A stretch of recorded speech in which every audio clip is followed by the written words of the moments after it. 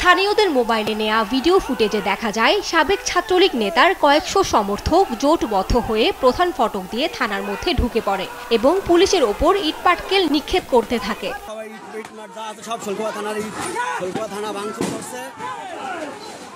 হামলাকারীদের ছত্রভঙ্গ করতে পুলিশ 50 রাউন্ড রাবার বুলেট ও টিয়ার গ্যাসের শেল ছুড়লে 25 থেকে 30 জন হামলাকারী আহত হয়। আর হামলাকারীদের ইট পাটকেলের আঘাতে পুলিশ কনস্টেবল সোহান হোসেন, আব্দুস সালাম, ইকবাল হোসেন ও তরিকুল ইসলাম গুরুতর আহত হয়।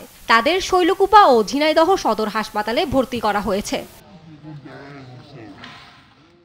ঝিনাইদহের অতিরিক্ত পুলিশ সুপার ইমরান জাকারিয়া জানান, এজাহারভুক্ত আসামি মোস্তাক শিকদারকে দুপুরে গ্রেফতারের পরপরই কয়েকশো উচ্ছৃঙ্খল জনতা তাকে ছাড়িয়ে নিতে থানায় হামলা চালায়। এ সময় তারা থানার প্রধান ফটক খুলে ভেতরে প্রবেশের চেষ্টা করে। পুলিশ তাদের বাধা দিলে বৃষ্টির মতো ইটপাটকেল নিক্ষেপ করে। পুলিশ নিজেদের জানমাল ও সরকারি সম্পদ রক্ষায় বাধ্য হয়ে শটগানের গুলি ছোড়ে।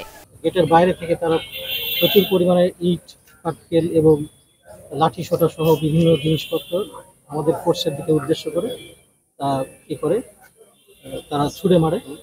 আমাদের ফোর্স কিন্তু অত্যন্ত ধৈর্যের সাথে এগুলো তাদেরকে নিরস্ত করার চেষ্টা করে। এক পর্যায়ে তাদেরকে নিরস্ত করতে আমাদের যে ইউজ অফ ফোর্স, প্রথমে আমরা গ্যাস গান ইউজ করি, সাউন্ড গ্রেনেড ইউজ করি, তারপর শেষ পর্যন্ত একরকম বাধ্য হয়ে আমরা শটগান ইউজ করতে বাধ্য হই। এলাকায় থমথমে অবস্থা বিরাজ করছে। যে কোনো ধরনের অনাকাঙ্ক্ষিত পরিস্থিতি এড়াতে অতিরিক্ত পুলিশ মোতায়েন করা হয়েছে।